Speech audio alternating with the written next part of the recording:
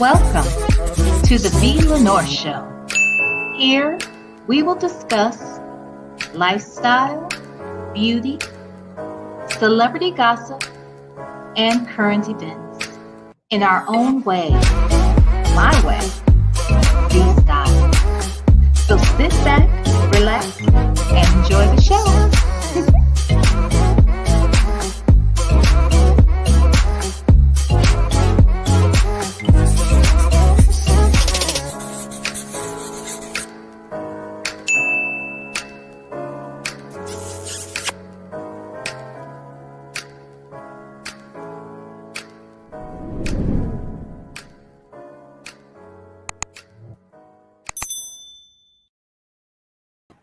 Happy Friday, everybody. Hope everybody's doing great. Welcome to the V. Lenore Show, and I'm your host, V. Lenore. How are you guys today? Girl, I am so glad it is Friday. TGIF to everybody and to everyone in the chat. You guys were excited, huh? I'm happy that you are here. I'm excited too. But before we get to our guests, let me just say hi to you. You all are the special guests of tonight as well. So thank you for being here. And this is my very first monetized live. Hey, she's monetized. Okay. So praise God for that. Okay. And thank you to all of you that helped me with not only getting my watch hours, but my subscriber count and for supporting the content. And I appreciate it so much. Oh my gosh. Shell. Oh, Shell, hold on. Hilarious. Shell Loves, thank you so much for my first super chat comes from Shell Loves. Thank you so much. I really appreciate you guys. So let me say hi to everybody in the chat. This couldn't be possible without all of you. You really helped me to at least get to this place. And now as I, start to build this channel more, I can bring more and more of these great, wonderful guests and show you. Oh my gosh, y'all. Thank you so much. Oh my gosh. Okay, let me say hi to y'all. I know this is okay. Hi, Indigo Forever. Thank you so much for being here. Hey, Jill's Comfort Zone. Hey, White Nubian Queen. Troy Allen, how are you? Stephanie is here. I am Brooks. Hey, Fedora, my beautiful mod. How are you? Denise Jonas, Ebony Majesty. Londo is here. Hey, Kilolo. Who else? Bridget Ducksworth, thank you so much, honey, for coming. Know Your Own Worth. My other beautiful mod is in the house. Hey, Sarkonos. Just Tekka, Shell Loves, Miss Cruiser, Lady Luck, Queen Lady T. Thank you so much, everybody. Who else? I'm sorry, I'm losing my place. Get excited. Queen Lewis. It's all hot air. Virginia Natalie, Mama Cynthia Simpson, Summer Breeze, Relly Rail, Natural P, another beautiful mod, and my real sissy in real life. How are you? Sasha, Jordana, CCNTV is here. Callie Love is here. Steph is here. Lushane Wiley, CC is here. Tamita is here. Bertha, Mae Jackson, Gwen, Cool Gamer. Y'all are in the house tonight. I am so happy. I am grateful for all of your support. You all have truly blessed me. And I'm just happy to be here. So let me first thank you guys for these super chats. I haven't even given you the content yet, and you're already blessing me. So thank you so much. Thank you, Shell Loves. You're my first super chat ever. I will definitely remember that. Thank you so much. Oh, Lord, have mercy, Jesus. Thank you. Hey, Sasha. Okay, hold on. Let's go. Y'all. Jesus. Y'all. I can't. Hi, Claire Monet. Oh my gosh. Okay, y'all. I'm sorry. Sweet vibes. Thank you so much. Thank you.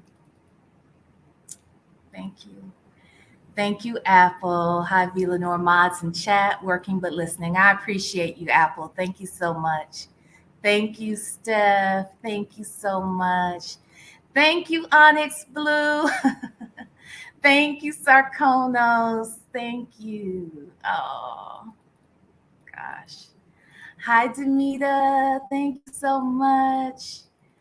Lashane Wiley. Thank y'all. I'm sorry. Thank you, Jill's Comfort Zone. I appreciate it. Thank you. Okay. Y'all are a mess. Okay. Hey, Summer Breeze. Thank you, love. Thank you, Queen Lewis. Thank you, Coupon Therapy, my other beautiful mod in the house. Hi, Gentle Leo. Thank you so much. I appreciate you all. I appreciate you all. Thank you, Claire Monet, for the super sticker. Thank you, Absolute. Thank you, Indigo. Oh, gosh. Thank y'all. Thank you, Brenda Hobson. I appreciate everybody. Thank you, Lorraine. It's been a very interesting week, has it not? Thank you, Valerie. I appreciate you. Oh, gosh, here we go. Jesus Christ is King says, congratulations. Thank you very much. Miss Margot, thank you very much. Stephanie, oh my gosh, thank you very much. Thank you to everybody. Thank you, thank you, thank you. Okay. Y'all ain't gonna mess me up before my work even starts out here, y'all. Nope. I'm okay. No tears tonight. Okay.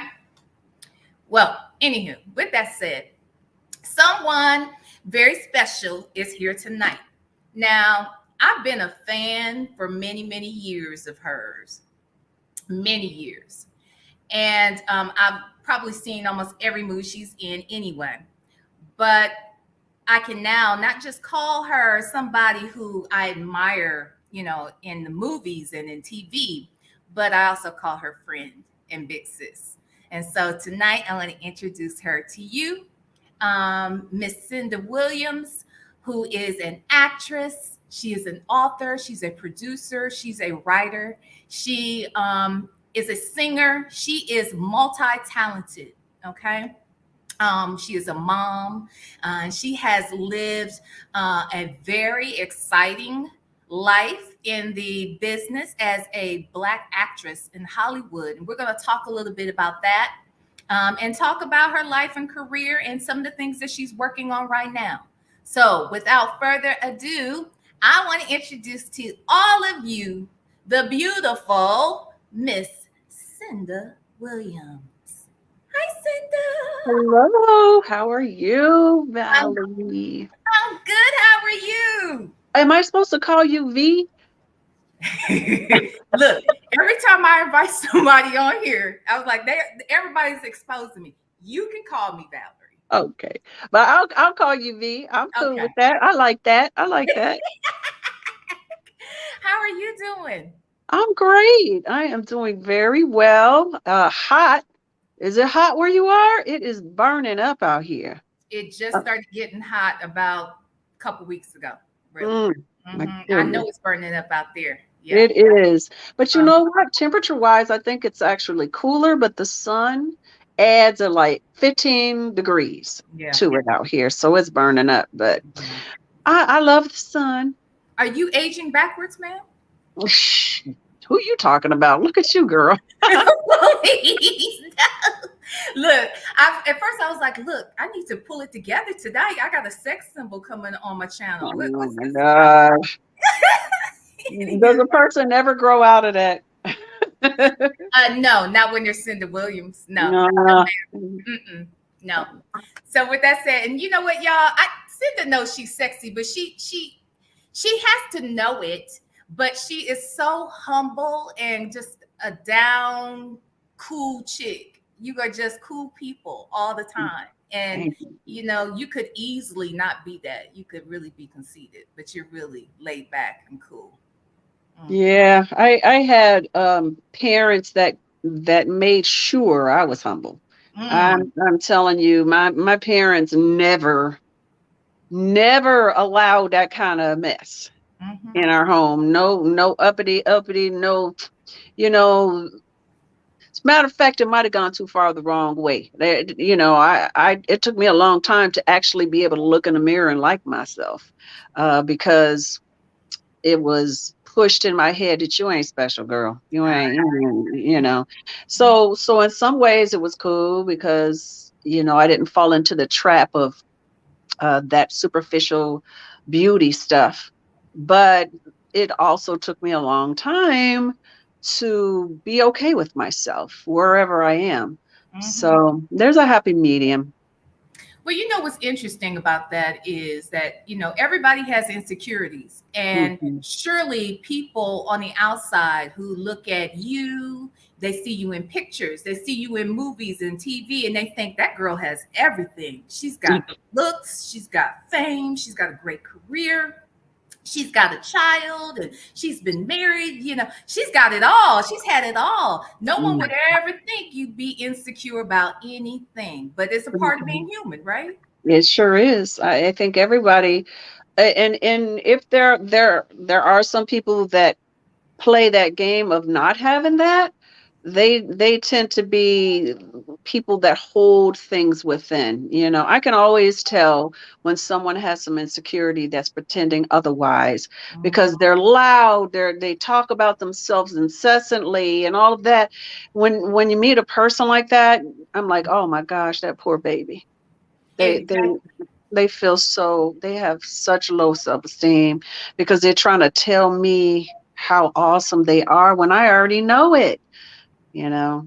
Or sometimes they're attacking other people, which is also a sign of their own insecurity. Definitely. They're hurt person that's just hurting somebody else, child. That's all they've seen. So let me ask you that. So this is a great segue. So let's talk about growing up. Where did you grow up, Cynda, and how many siblings do you have? Originally from Chicago. I was born in Chicago, Illinois. And my parents both were from Indiana. Well, not originally. My father had gone to Ball State in Muncie, Indiana. My mother went to Ball State in Muncie, Indiana. So that's where they met. My father was in the Army when I was conceived. And my mother got kicked out of school because their marriage was illegal. Why was their marriage illegal? Because she was white and he was black. And at that time, that was illegal. And they got married in Ohio, but she lived in Indiana. So when it was obvious that I was in her, she got kicked out of school like 3 months before she was supposed to graduate. So she had a phenomenal teacher who was like, nah, we ain't letting you go down this way. So she said, come with me. I'm leaving this place. And she started working for chemist. She was a chemistry student, wanted to be a chemist. And that's how I ended up in Chicago. And I was there until I was 14, getting ready to start high school. Then we moved back to Indiana. Because the neighborhood, I was in the wild hundreds. Anybody know Chicago? I was in the wild hundreds. And it's upper hundreds. I was on King Drive and on the south side. Okay. And it was just starting to get really bad. The crack epidemic was starting, and the gangs were becoming a real thing. And people started breaking into homes, and it just, everything changed. So my father wasn't having it. My father was like, nip. So he first sent me back to Indiana, and then my brothers came, and then the rest of everybody came. There's 7 of us in all. I have 2 sisters from my father, because he ended up not joining us, and my parents went their separate ways. And he remarried, and I have 2 baby sisters. So there's 3 sets of us. I'm the oldest of 3, the first 3, then there's 2 in the middle, and then my baby sisters. And it was, a heartbreak for me to leave Chicago because I loved it. I had friends, lots of friends, and I was used to a way of living. It was primarily a Black community. My mother obviously was white, but my friends, most of my teachers, everybody I saw were people of color, Black. Everybody was Black. It's very segregated in Chicago. So moving to Indiana was the opposite direction. Where I was, we lived in this area, the north side of Muncie, Indiana, and it was primarily white and wealthy. So we were by no means wealthy, and we definitely weren't white. So it was a huge transition. And I'm as an adult, I look back and I'm glad it happened, but at the time I was miserable. I was Sure. very unhappy. Hmm. So let me understand this. So you at this point you're in Indiana, and Dad is in Chicago. Hmm. Were you guys seeing your dad a lot? Because I know you were close with your dad. I mean, Yeah, very close, but no, we weren't seeing a lot of him at that time. He would come down for a weekend, maybe once in a blue moon. mhm. Because to be honest with you, my father's gone, so I think I can share this. At the time, he was homeless. He was a spend. He spent a lot of money. He was very generous, was always giving things away. And right before this move, he had spent thousands of dollars on a Christmas once. He was like, "I'm gonna buy everybody stuff," and it put him in a hole. And so when we moved, he paid for everything. He took care of us. He was working 3 jobs, but he stayed in Chicago. And at the time, Harold Washington was the mayor of Chicago, and he created a new law that if you were going to work for the city of Chicago, you had to live in the city of Chicago. So that was the first reason why he didn't join us. So he stayed. And I missed him tremendously. He was a huge part of our lives, even though, he worked so much. He had the type of job where we saw him all the time. He was patrolling the neighborhoods. He was a cop. So he was always around, and he was just a great dad. And, he was hard dad. Don't get me wrong. Whipped that butt over and over all the time. He was, he was hard, especially on the girls. He was really hard on us, but couldn't help but love him. And so lost my dad, lost my friends, lost my community.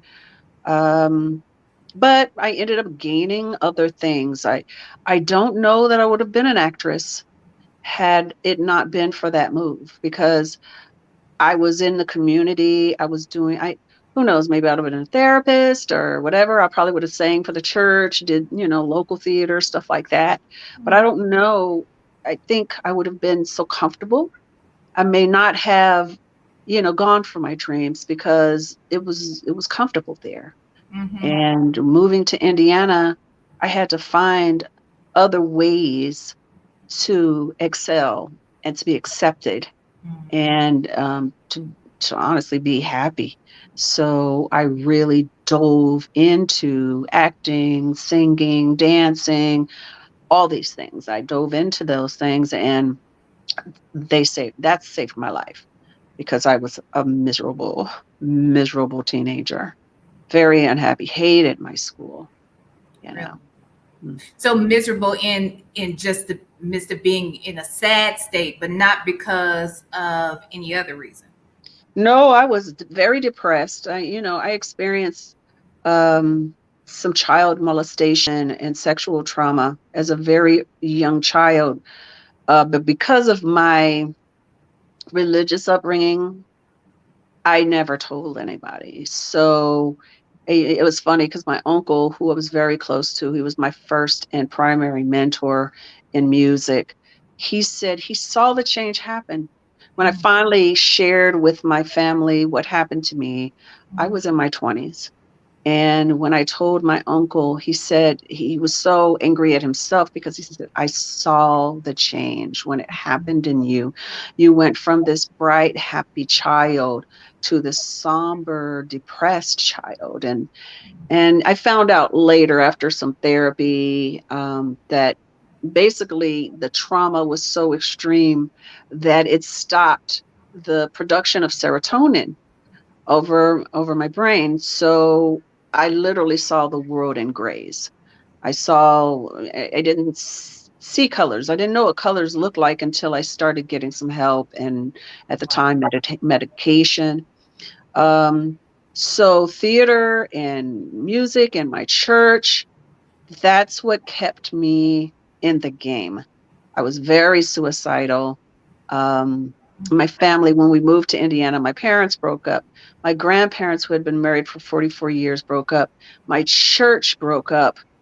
Everything in my life seemed to fall apart, and it obviously wasn't just my life, it was everybody involved. But I didn't take it well because I was still dealing with trauma from early. So the arts saved me. It gave me an outlet. It gave me a way to express myself freely, and I was good. So I didn't love myself very much. I didn't like myself very much. I thought I was ugly. I wanted to be darker. I wanted to have thicker hair. All it's so funny because other girls tend to be the other way, in the old days. They would everybody want to be light skin or whatever. No, I wanted to be chocolate. I want to be all these things. But one thing I knew about myself was I could act and I could sing. So that's And what I was going to ask you. When exactly, around what age was it then, did your mom put you in these theater opportunities? I'm guessing well, you're talking community theater. You mentioned church too. well, it was honestly not my mom. My mom never really. She was depressed. She was a very depressed woman herself. So my mom wasn't super active in putting us in things. And my dad supported us, but he was working all the time. It was my teachers. My teachers opened those doors for me. My uncle being my first teacher, he was a professional singer. When I was a very young child, I would go with my cousin, his son, to watch him rehearse and perform. And that's when I knew I wanted to sing. And he started working with me by 4 years old. Um, Oh, wow. Okay. yeah, I was a baby when my uncle started working with me because he had a piano in the basement. He had keyboards and he would bring me down there and he would show me how to play a little bit. And he would just say, sing this, sing that, sing this, sing that. And then I had wonderful teachers at my first school called Bennett Elementary in Chicago. It went through 8th grade, and I was there the entirety of that time in my life. And I had teachers that sensed my talent and encouraged me and gave me opportunities to do things. Someone asked me recently, "Well, do you remember your first show?" My very first real show was an operetta um, What? called The Mikado. It was, yeah, in 8th grade. And Okay. we did the Mikado, and I'll never forget it. And I had been doing stuff in church and stuff. I had 2 churches. I had my grandfather's church in Indiana because we would go to Indiana often. But I also went to a church, a Presbyterian church, was a very different experience. So that's where I started learning how to read music. Because I would, I'll never forget the moment when the choir was singing and I was sitting out there and I was looking at the hymnals and I was like, oh, this is what they're singing. And recognizing, because I didn't have someone, my uncle was self-taught, so he didn't know how to read music. So I learned how to read music by church, watching the choir. My mom was in the choir and said, oh, that note goes up there, that note goes down there, and that's how I started learning. And then my teachers in school were just so fabulous. They were just amazing.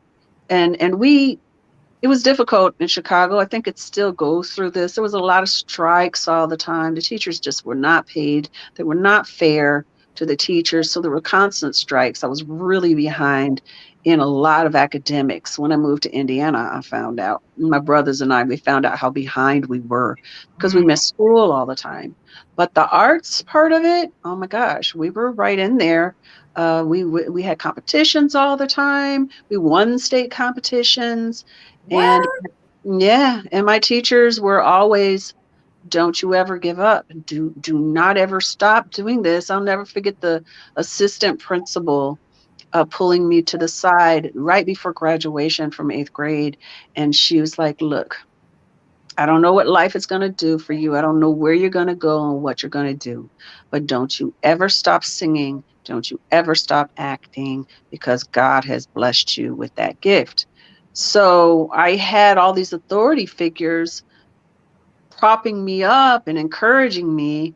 And so there was never any other option for me. Mm-hmm. So your sisters, or let me just ask you, out of all the 7 siblings, how many of you do have musical or acting talents? Or Everybody. everybody? Everybody does. But I am the only, well, no, I'm no longer the only one. For the longest time, I was the only one that pursued it. But now I have a sister, Megan, MC Lyric, who is a singer. She's a music engineer, and she's an actress and a writer. She does everything I do. And she's 27 years old, and she's amazing. And now my daughter's doing it. So other people are doing it now. The new generation. I just got, my brother sent me today my niece's first single. Oh my gosh. You guys, you got to check it out. It's called Vertigo. Her name is Corinne. She's on all the sites. Please go check out that song. It is the bomb. Yes, And her, I know who you're talking about. I think I've heard that song. no, this, unless you just heard it, it came out today, girl. Oh, okay. I thought you Yeah. You didn't mention it too. Okay, well maybe not. Maybe No, not. no, this just came through today. Oh, Okay. Yeah, this is her very first song, and she's the same age as my daughter. She's actually a little older. She's 6 months older than my daughter. She's 21, and her voice is angelic.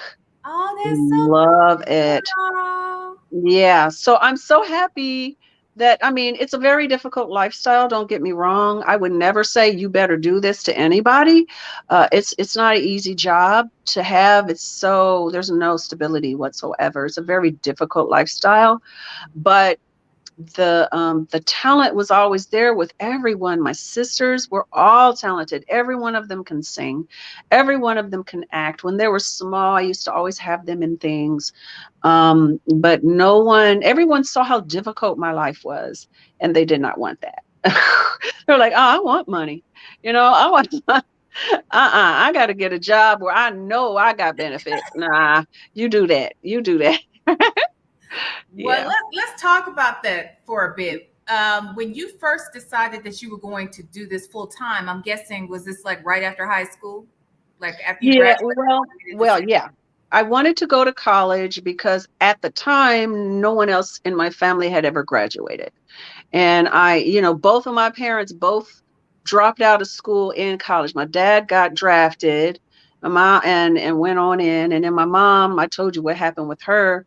And my extended family at that time, no one had graduated yet. And so I wanted to be the first.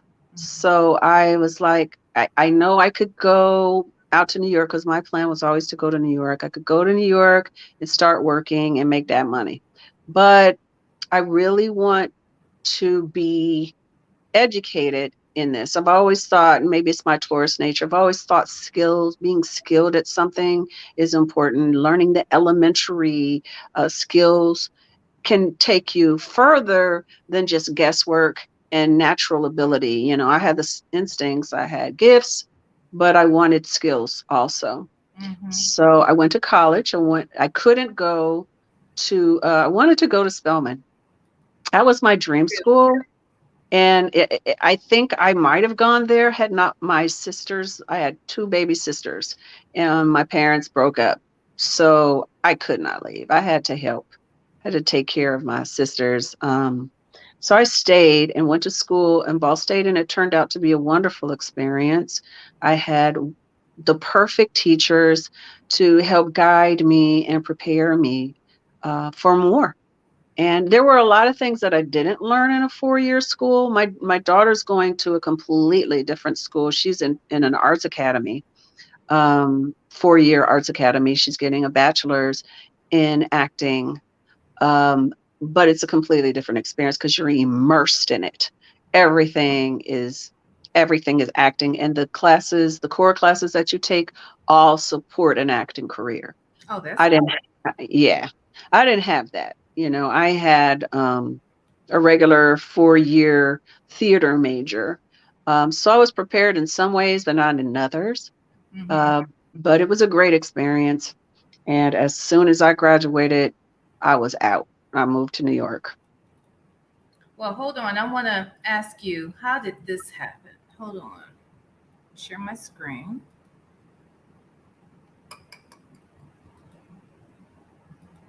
Hold on.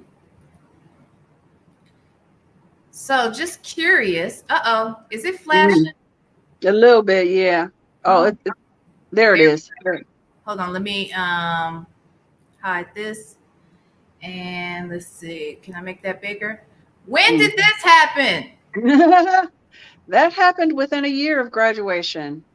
I graduated in 1988, and my best friend and I, we moved to New York City, and I right away got a job in a restaurant, started hosting and stuff like that. And I tried out for a off Broadway musical, got that right away. And then a lot of people at my job kept saying, "Hey girl, why don't you try out for Spike Lee's new movie?" And I was like, "Spike Lee? He does movies. I'm a musical theater person. I'm an actress for the stage."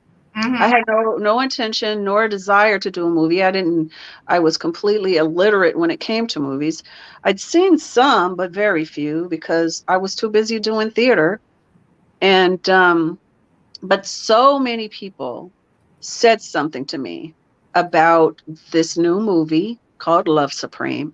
They were like, "You are perfect. When I read the breakdown of what who the character is, it's you. You've got to do it." And these are strangers that just know that I'm an actress and a singer. They have never heard me sing a day in my life, but they like me because they come into the restaurant all the time, and they're like, "Girl, go do this." I can't count. I don't know how many people brought me in a clipping saying go to this audition. I was like, well, sounds like God to me, because it's too many people that I don't even know saying go in for this. So I didn't have a clue about movies. I had no training. And so I just did it like I would do a theater thing. Okay. I took the information and I went to the casting office, and it was a casting office for multiple casting directors.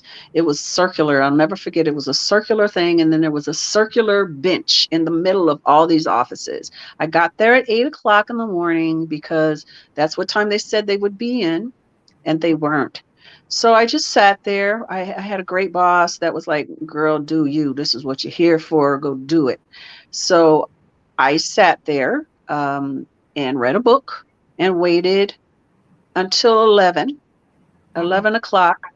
Robbie Reed finally came in, and I'm looking for a man. Woo, Robbie Reed. Yeah. And I assumed it was a man. And then this pretty girl comes. You did, because she is beautiful. Just so you guys know, Robbie Reed is like casting royalty for Black films in particular, but definitely casting royalty. Yes, she is. And she comes walking over to me with those great big old eyes, and she was like, "Are you Cynda?" I was like, "Yeah." She goes, "Girl, you need to come in this office before these people attack me." She said, "Everybody's coming to me telling me give you a chance at this movie. You've been sitting here for hours with not a complaint. You're so nice to everybody." It's like, I can't not give you a chance. The auditions aren't today, they're tomorrow. I was like, "Oh, I'm so sorry." She's like, "No, girl, come on in. Let me read you." So I went in, and but before we started, she said, "I must tell you this and must ask your opinion about this." She said, "There is nudity in this movie. Are you fine with nudity?" And I said, hold on, let me make a call."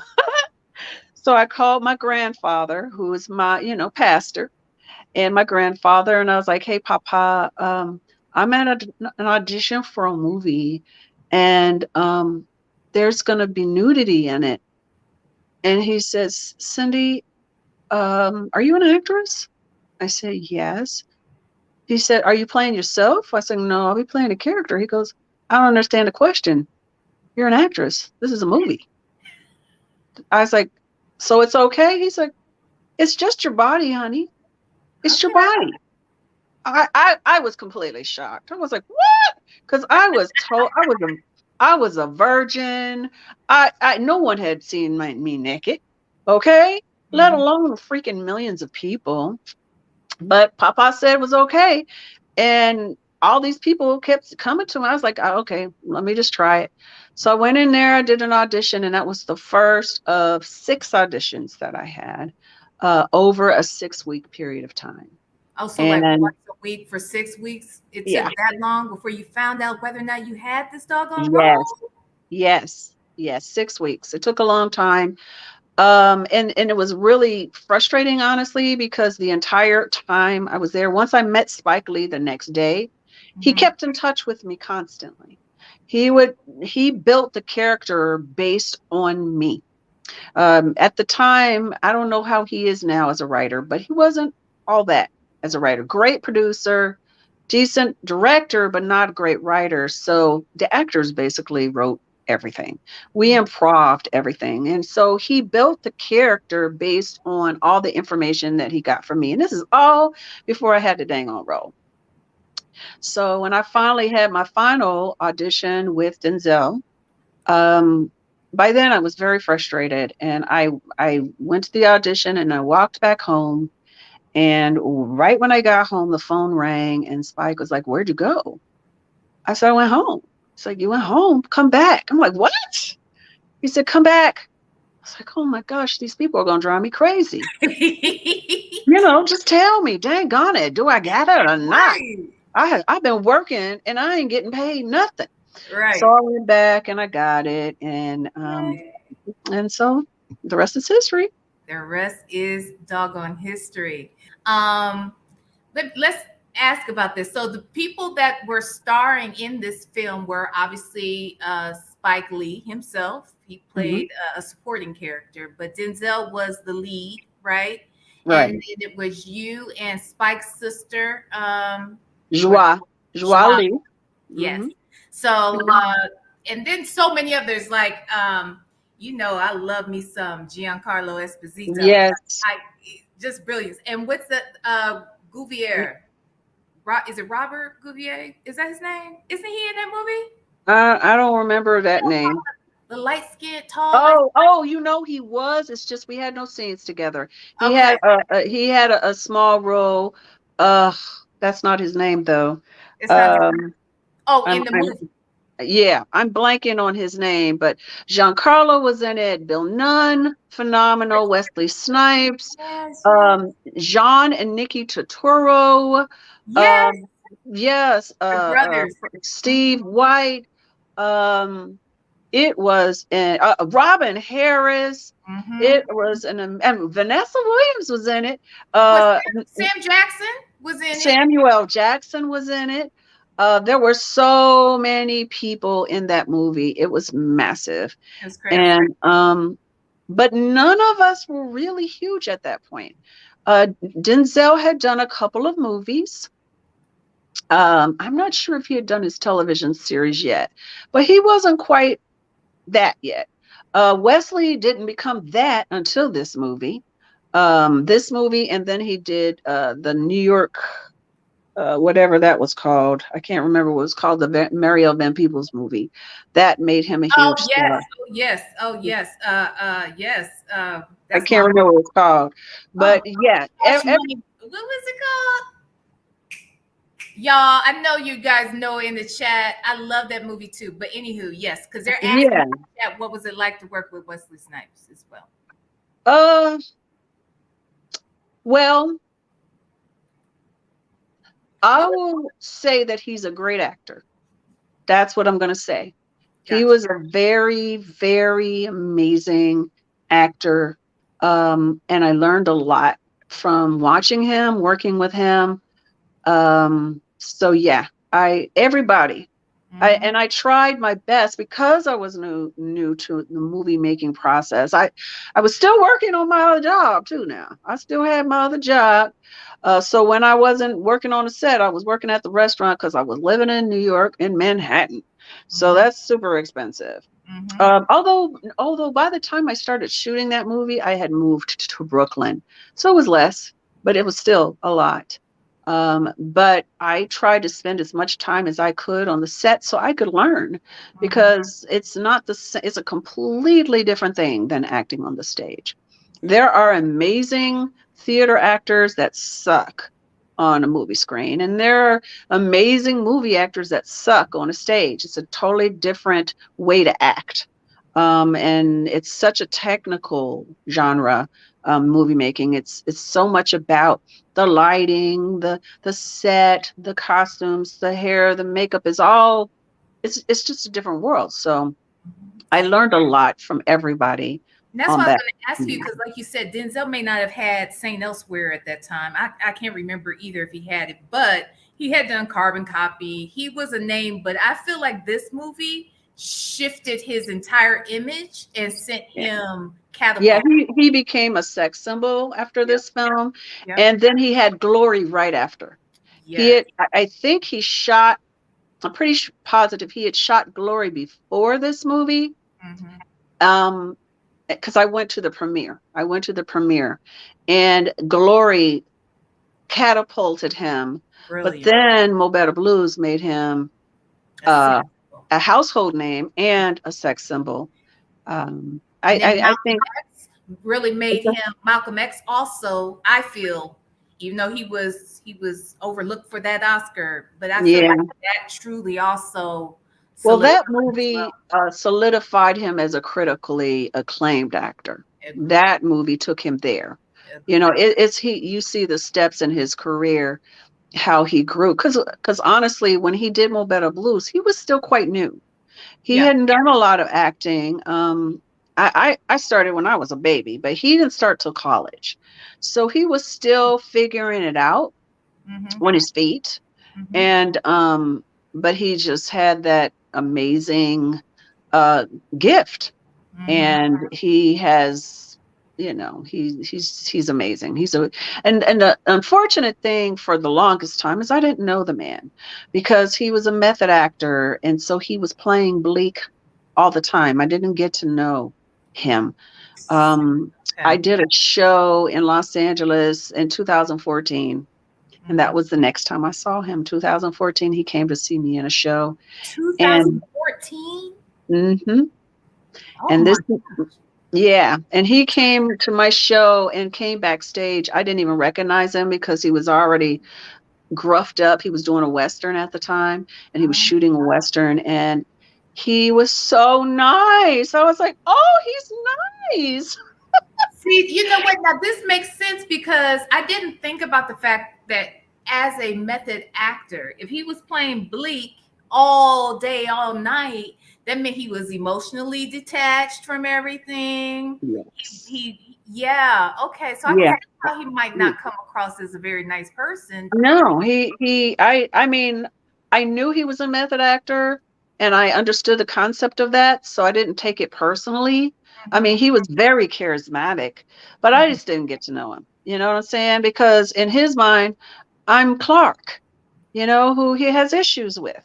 You know, he's sexually attracted to, but she gets on his nerves. So, you know, so he kind of acted that way towards me. So I didn't really get to know the man. But you know, I didn't spend a whole lot of time with him, but the time that I did, he was very warm, beautiful soul.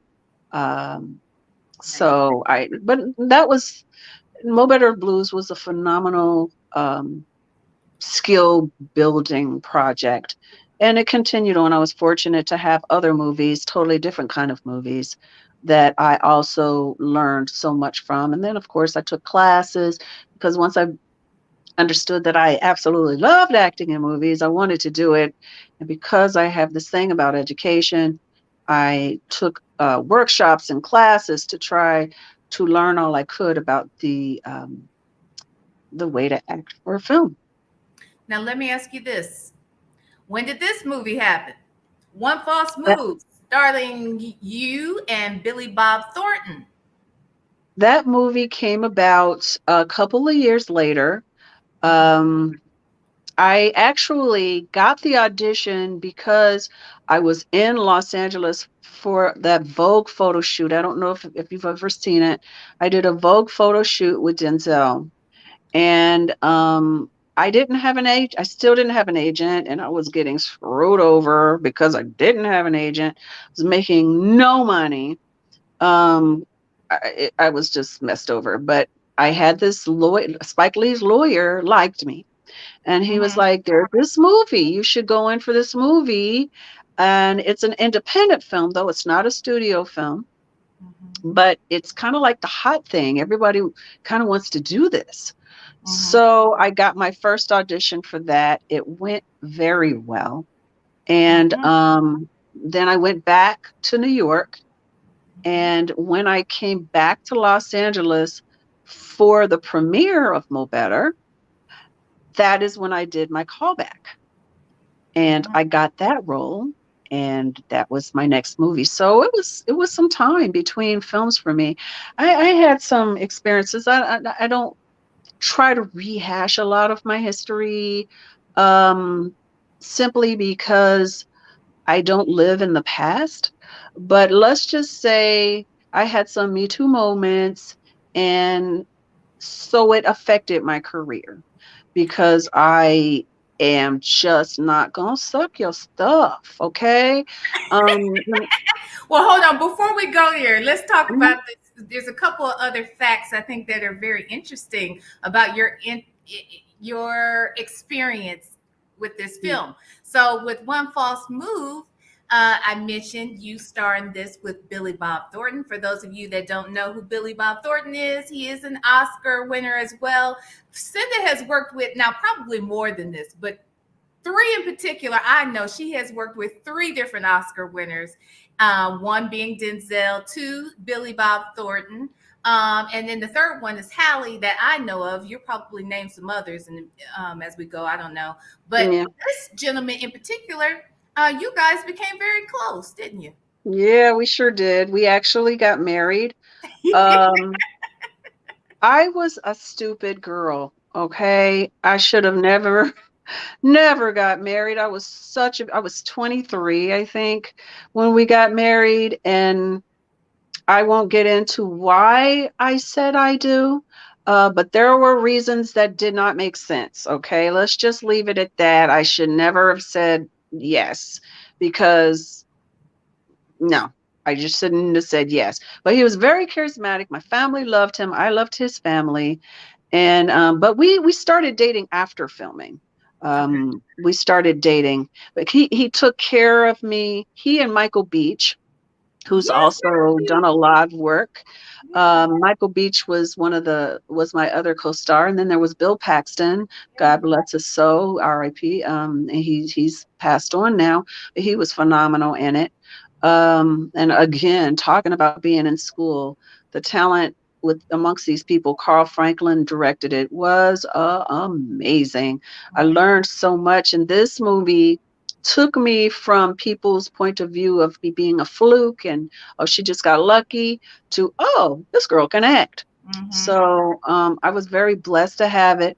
And Billy Bob and I got together afterwards and stayed together for a couple of years and then went our separate ways. Now, right after you, though, he marries this woman, didn't he? Yes, he did. Yeah, that woman is Angelina Jolie, and Hmm. this interview isn't about them. But I just always think I never would have guessed in a gabillion years that you would have married Billy Bob Thornton.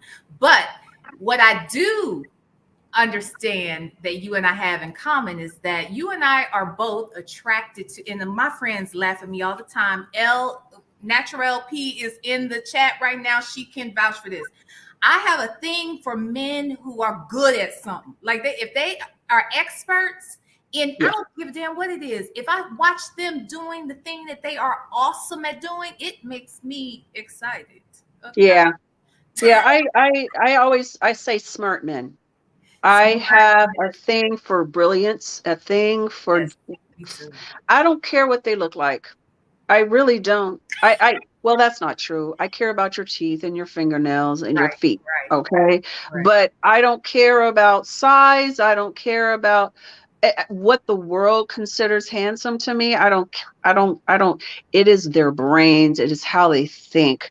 That is what draws me in. And girls, let me tell you, that ain't enough. Okay. That is not enough. I don't care how much you can learn from them. If they're treating you like crap, don't do it.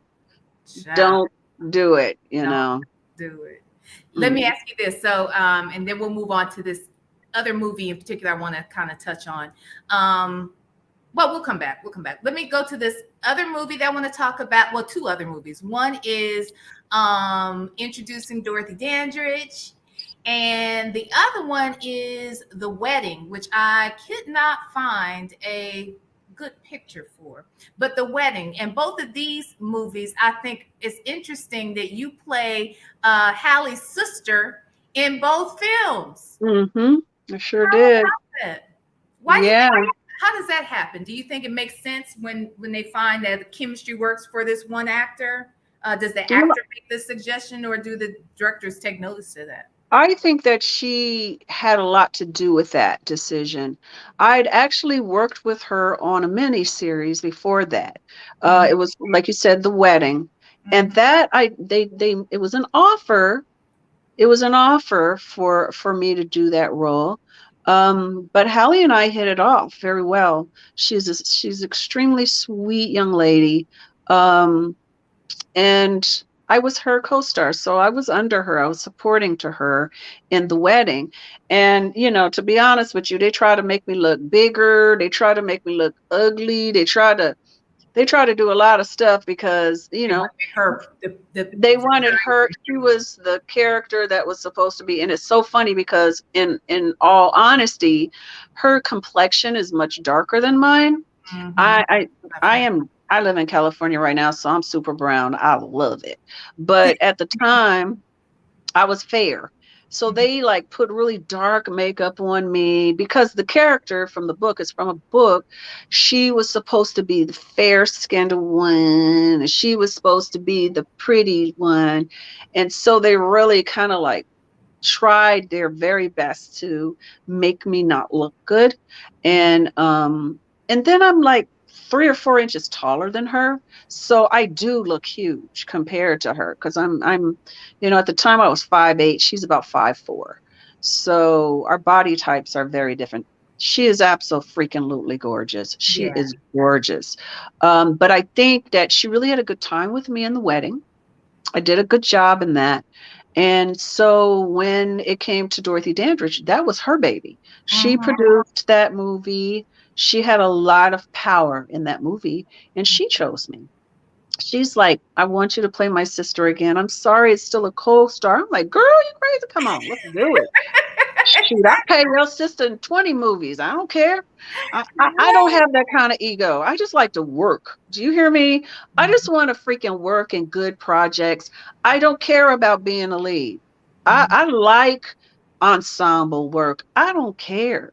But yeah, so it was a great experience. Both of those projects. We bumped heads a couple of times, just like sisters do. But we always worked it out. She's a good girl. And unfortunately, we didn't work together again. And I think I'm going to tell this little tidbit of spicy spice because I know she's not working with this dude anymore. And talking about Me Too again, he got in trouble for Me Too. She had this manager, very well-known manager at the time, and so we were working on finding a project. She was like, girl, you have been so good to me doing these roles, supporting to me. I want to be equal. You and me together on the same line, Halle Berry, Cynda Williams, Halle Berry, I don't care, where we play co-parts, whatever. So we started researching, trying to find scripts and all of this to do a movie. And one day, when she was doing the Copacabana scene in Dorothy Dandridge, I came to support her, and we were sitting there on her break talking about, this movie. We found a couple of scripts that we were interested in, and do you know, her manager said, okay, I'm gonna just put it into this right now. he said this to her. This is awful. He said to her, "You are not as good an actress as her." He said, "You cannot compare to her as an actress. Why in the world would you want to put her on the same level as you? You want her to take your career? No, you're not doing anything with her. This ends here." Oh, That wow. was the last time I heard from Halle. Really? That was the last time. But you know what's interesting about that, Cynda?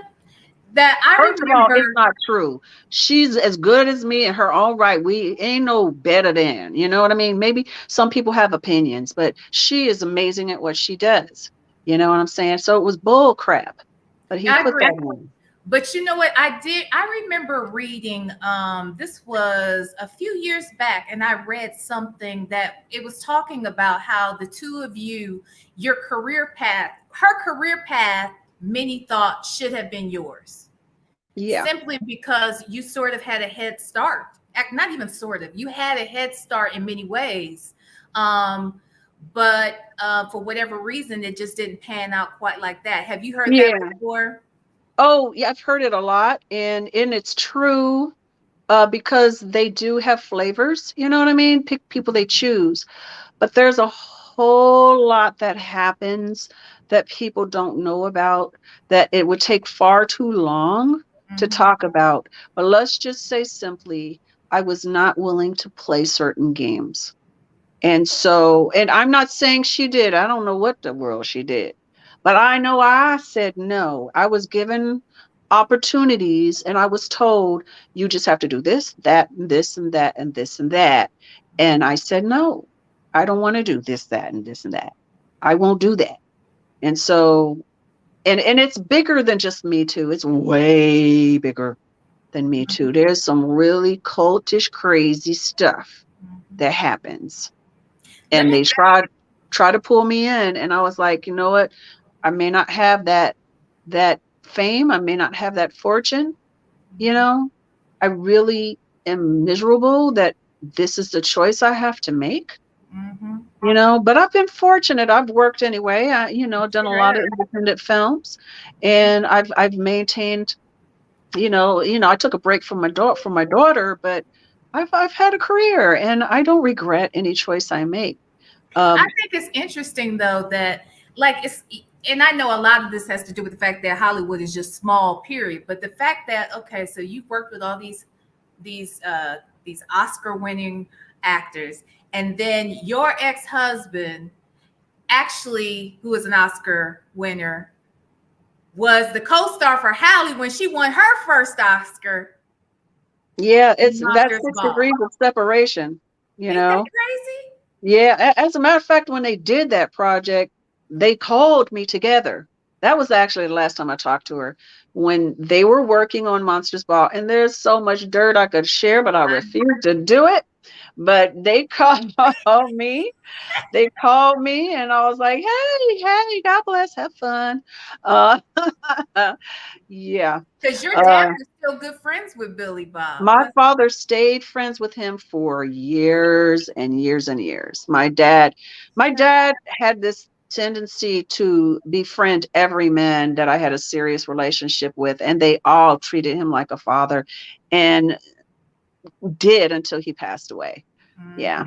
My dad's just that he had his 2 sons, but he just loved men stuff, man on man. He was a man's man, and so he befriended and was a great father figure to all the men in my life. Wow.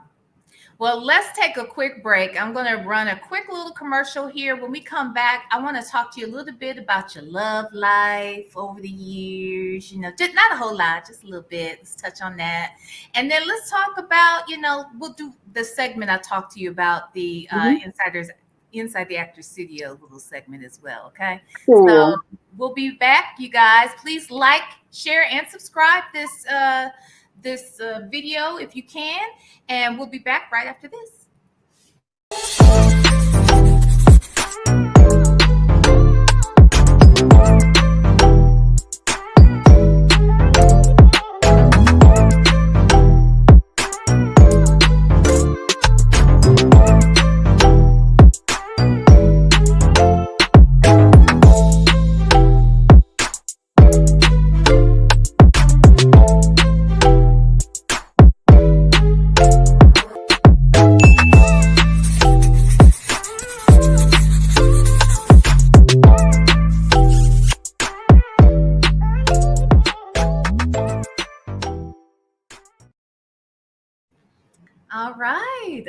everybody. Let me say hi to the folks in the chat as well. Everyone, again, thank you so much for your support. If you have questions for Cynda, please hold on to them. If we have time at the end, I will skim the chat for them, but don't even bother writing it in there now because you guys, I'm not watching close enough to do that, okay? So with that said, let's talk about this. So Cynda, you shared with us that you were married to Billy Bob, and that was your first husband? Yeah. I've had 3. That You was the had first. 3. Girl, you've been loved a lot. The men's loves you, girl. I don't know if I call it that, but yes. Okay. Every time I said I do was for the wrong reason. Every single time. I never was ready and I did not want to every time. And I learned. So how So, was it to be married though in the business? You have a full-blown career and then you're dealing with stuff like the Me Too movement. Like, you know, that sexual harassment obviously happens. And how did your husbands handle that? That's what I'm curious of. well, Billy Bob, I really didn't work almost the entire after One False Move. I didn't work while I was with him. Oh, okay. I helped him write, but I didn't work. I'd gotten like a couple of really huge paying jobs, so that covered us for a couple of years, Okay. But my second husband, it was a different experience because he was with me when I did a lot of work. He just stopped working and he was with me all the time. He stayed with me. Every movie I did, he was with me. He was a director, writer, and he made all kind of contacts and is working his little tail off right now for all the contacts that he met through me. And he's doing very well. But he was a perfect block to a lot of stuff. One of the things I learned very early on was always have a man at my side. A man that appeared to be a protector. And so in the beginning, I just didn't know that. I didn't realize that I needed to do that, but I found out very quickly and I learned very fast. So if someone would invite me to an office, I'd always show up with a guy on my arm. And they would not be happy oftentimes. But I would always play dumb. I'm a good actress. I would play dumb. And I was like, oh, I'm sorry, I didn't know. Oh, I didn't know. And so a lot of bull did not happen because of that. But also, I'm gonna tell you a quick story. I had this director, a very well-known director, who was doing a movie that I really wanted to do. And I went in to see him, and he only let me come in to see him to tell me why he was never going to give me the role. He told me, he said, look, honey, you are freaking good. You are such a great actress, but you're not a freak. Everybody knows it. So I would never hire you. I would rather have a mediocre freak than a great actress that ain't going to do nothing.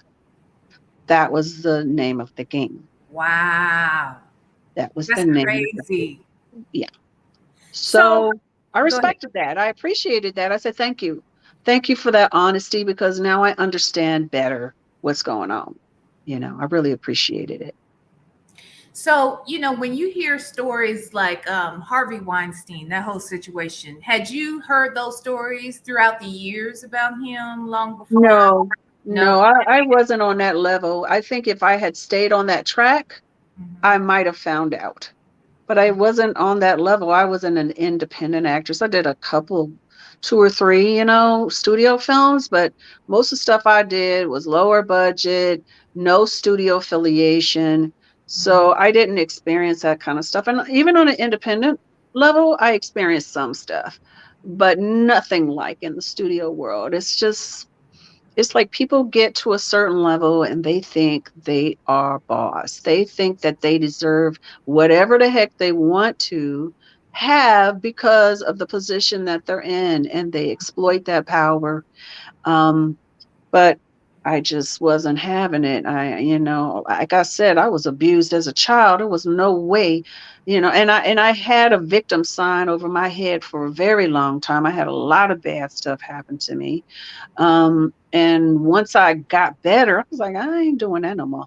No, that may mean that I don't have the house on the hill. That may mean that I don't do the great big movies, but I'm okay with that because I just am not that girl. Just not that girl.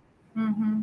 Mm. So let me just understand this. So are there people who, because the actress or even actor, I guess, won't sleep with this producer, director, casting director, whatever it is, that they're completely blackballed from the business? Yes. Yes. Do you think that I just can't imagine that people with that level of power who they're asking for sex, they can get sex anywhere. Is this a tactic of control to hold something over you? What do you think that's about? Like, it's a control thing. It's not because of the sex. The sex is not what it's about. It's about the control. And it's about hurting feelings because you wouldn't sleep with me. And so, yes, they try to destroy careers. And that happened to me. That happened to me. I was told you'll never work again. And if not for Independent World, I wouldn't have, and a lot of lies were spread about me, a lot of lies. And so people were told, don't work with her. She's terrible. She's an asshole. She's this, she's that. None of which is true. None of which is true. And I didn't work. I did not work. You're so easygoing. I would find that difficult to believe anyway. That you would be difficult to work with. You take everybody assumes. You don't know how many times I've met people over the years where they said, oh my gosh, I thought you were going to be such a jerk. Oh my gosh, I thought you were going to be so stuck up. You're so down to earth.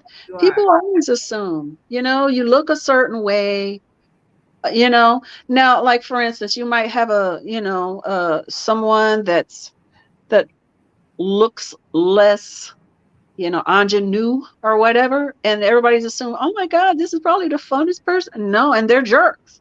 Everybody's an individual, and everybody has a life experience that leads them into a direction of behavior. And so the fact that people assume who you are, that ain't nothing new. As everybody experiences that. I'm sure you experience that. All kind of women experience that. Women and men, everybody experiences it. It's just in my business, because superficial beauty is such a thing and it's so meaningful, they use that. You know what I mean? There are beautiful women galore and beautiful boys galore, because it doesn't stop at women. Let's be real. Boys go through this too. Okay. And there are plenty of pretty women that are willing to do whatever they're asked to get in there. And there are pretty women that are like, you know what I mean? It's a wide variety of folk.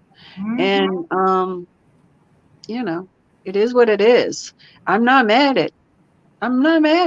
I'm just trying to do something about it, Let me ask you, is there someone that you've always wanted to work with, but just haven't had a chance to do so? My goodness. Jeffrey Wright. Jeffrey Wright. I love Jeffrey Wright.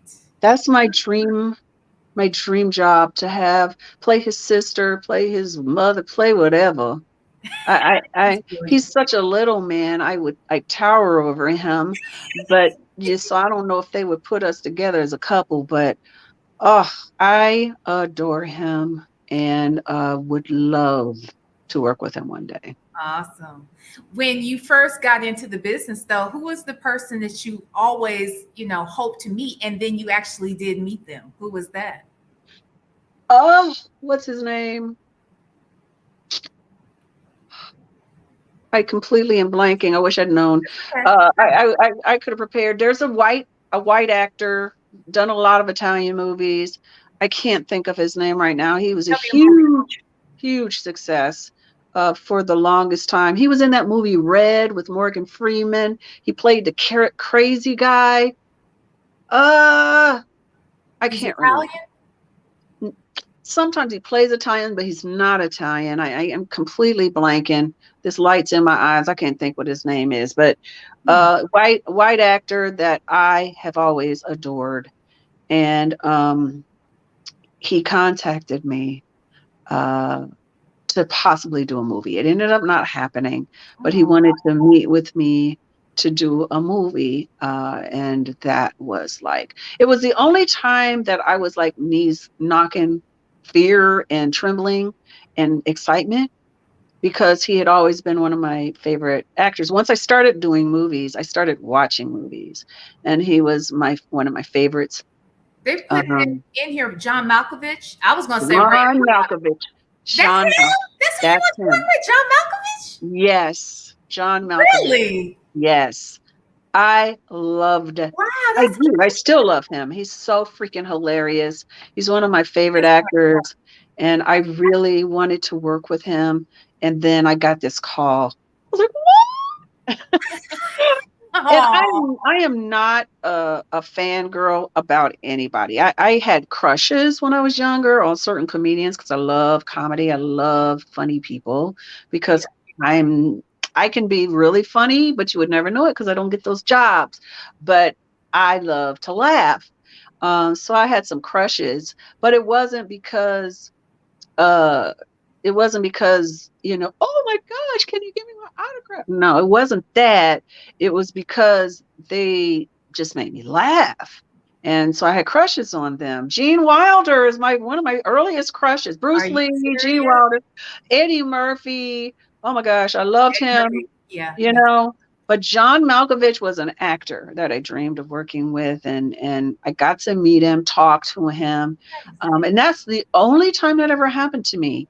I never felt that way. And I think it's because I just was raised that everybody is everybody is everybody. Ain't nobody different in the eyes of God. And so I just, I respect tons of people. But even when I met Spike, I'd watched School Days and She's Gotta Have It. And I'd had fantasies of one day him coming up to me and saying, hey, I want you in my movie, especially once Do the Right Thing came out. I was like, oh my gosh, I want to work with this man. But I didn't feel like, no, I didn't feel that way. I was like, I'm good too. I can learn from him. Maybe he can learn from me. So let me remind you, remember not too long before Christmas, it must have been like October or so, I was watching, you guys in the chat, if you are watching the Power series, I think it was Power Book 3, the one that's all about raising Canaan. And if you guys recall, there were 2 episodes in particular where they are getting hold of this new drug, this new form of crack or something. I don't know what it is. And they gave it a name and they called it the Cynda Williams. And I was like, at first when I heard that, I was like, he didn't say Cynda Williams. I looked up because I think I was doing something else while it was on playing. And when he said Cynda Williams, and I looked and I was like, nah, I wouldn't have said that because they're in a drug house, right? And they're like, we got this new shit. We got this Cynda Williams. And so the character that he's speaking to turns around and says, why you call it the Cynda Williams? And he said, because this shit be mo better. It make you feel mo better. I said, So I text Cynda and said, girl, they're over here talking about you on Power. And she was like, what? Are you sure? Is that what they said? I was like, Cynda, yes, they said this. I was like, I am still getting calls in these streets, sis. I'm still getting calls from people. It's like down the middle. It's a complete, like on one side, they're like, you need to sue them. And then on the other side, they're like, oh my gosh, that's so much respect. That's respect. Yes. That's Fred. So, it's street cred. I'll take it. You know, I wasn't happy because I've never done drugs in my life. But it wasn't And a reflection of a person doing drugs. They were saying it's soda bomb. It takes you so high. It's so on another level. It's got to be called a Cynda Williams. And I thought that was hilarious because it wasn't called the Spike Lee. It wasn't called the Denzel or the Bleak Gilliam. It was called the Cynda Williams. Yeah, it was crazy. Like I said, people are still reaching out telling me, girl, did you know? I'm like, yes, I know. Val was the first that told me. All right. Okay. So let's do our, I'm going to do one more quick break. This one would be even faster. We're going to come back. We're going to do our last little segment, and that's the 10 questions plus 3. Okay. So we'll be back right after this, guys.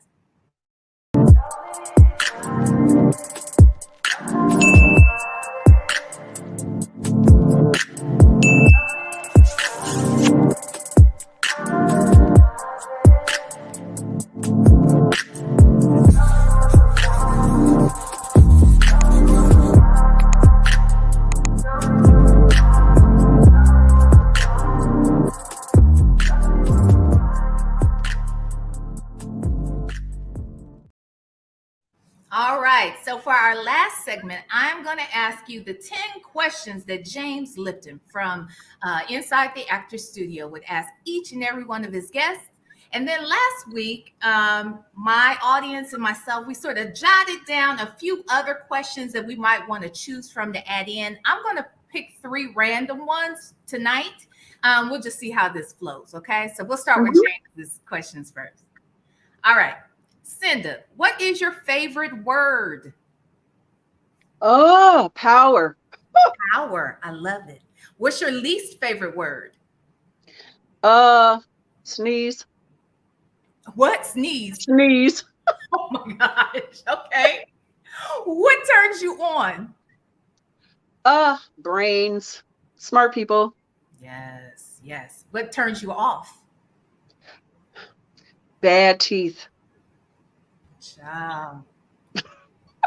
I hear you. I'm not mad at you. What sound or noise do you love? I love bells. You do? The meditation bells. Yes, yes, nice. Okay. What sound or noise do you hate then? That loud megaphone thing, the sound they play at games. Yeah, okay. What's your favorite curse word? F. The F word. I'm good at that one. Yeah. Spike taught me that. Okay. What profession, other than the one that you're pursuing now, would you love to attempt? Therapist. Okay. And which one do you know you'd least like to attempt? Man. A plumber. Okay. You have been granted 3 wishes. What are those 3 wishes, Cynda? Alignment with my highest source, with God. Mm-hmm. What? That's like everything to me. That covers 3. That covers everything. If I'm in alignment, everything comes to me. I don't need 3. I'll get it all if I got myself lined up with the will of God. If you focus on him, all these things shall be added unto you. Mm-hmm. If you were given the opportunity to become a superhero, what superpower would you have and why? I really loved that lucky thing. I love the Lucky character in I think that's DC. Lucky is always lucky. Okay. You know, danger just goes the other direction. They always avoid it. I really like that. What is your favorite soul food dish that either you love to eat or cook?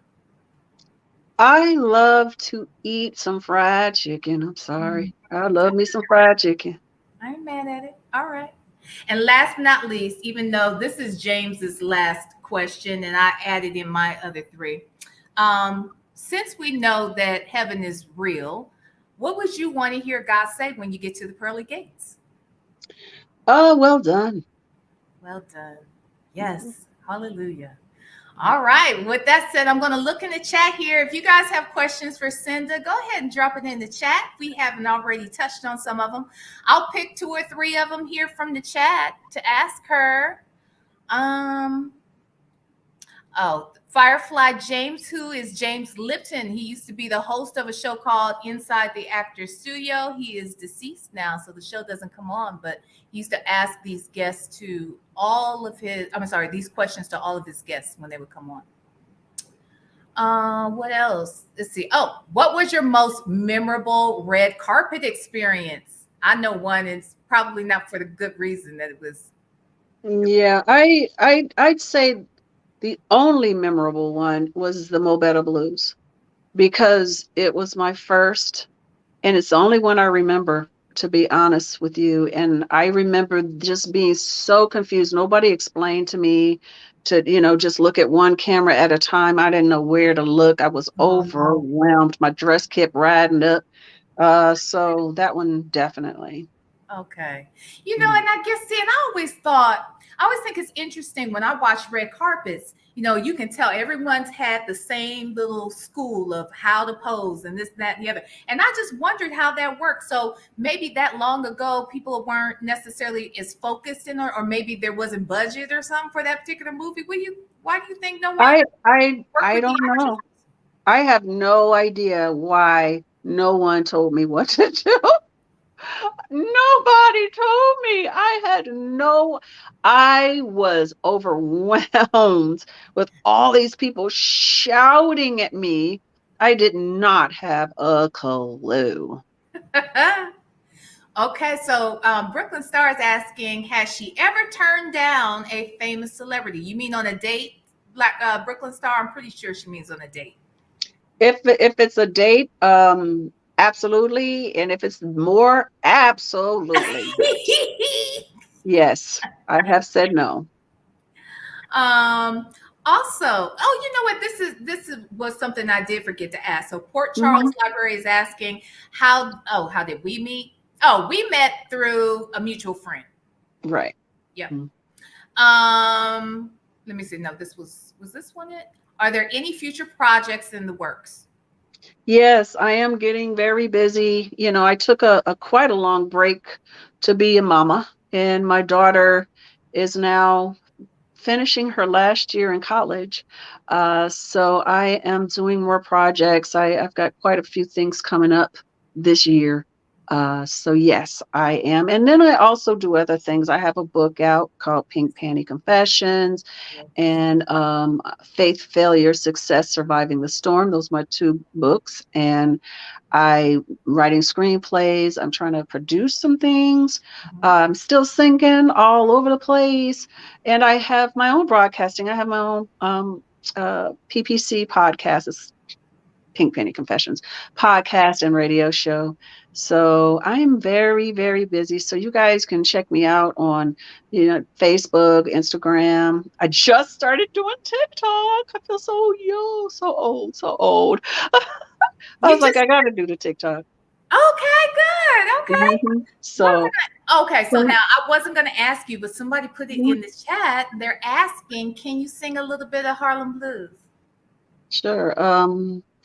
You can never tell what's in a man's mind. And if he's from Harlem, there's no use of even trying. Just like the tide is mine, comes and goes, like March weather when he'll change. Nobody knows. There you go. Yes. All right, Clark Benacourt. Somebody also asked, who or what was the inspiration behind the haircut in Mo Better Blues? Cliff Booker was a newbie to the movie business, and he met Spike. I can't remember how he met Spike. I think he did Spike's hair, and I had my hair was bad. Okay. Because I didn't know how to do it because my mother was white. And of course, the family I grew up was Black, and they treated my hair like, honestly, a Black person's hair. So I had grease in it. My hair wouldn't grow right. I had my moments. I was putting jerry curls in it. I didn't know what my hair was like. Yeah, I had no idea my hair had those natural curls. So when I met Cliff, when I got the movie, it took him 2 weeks to strip all the baby oil and grease out of my hair.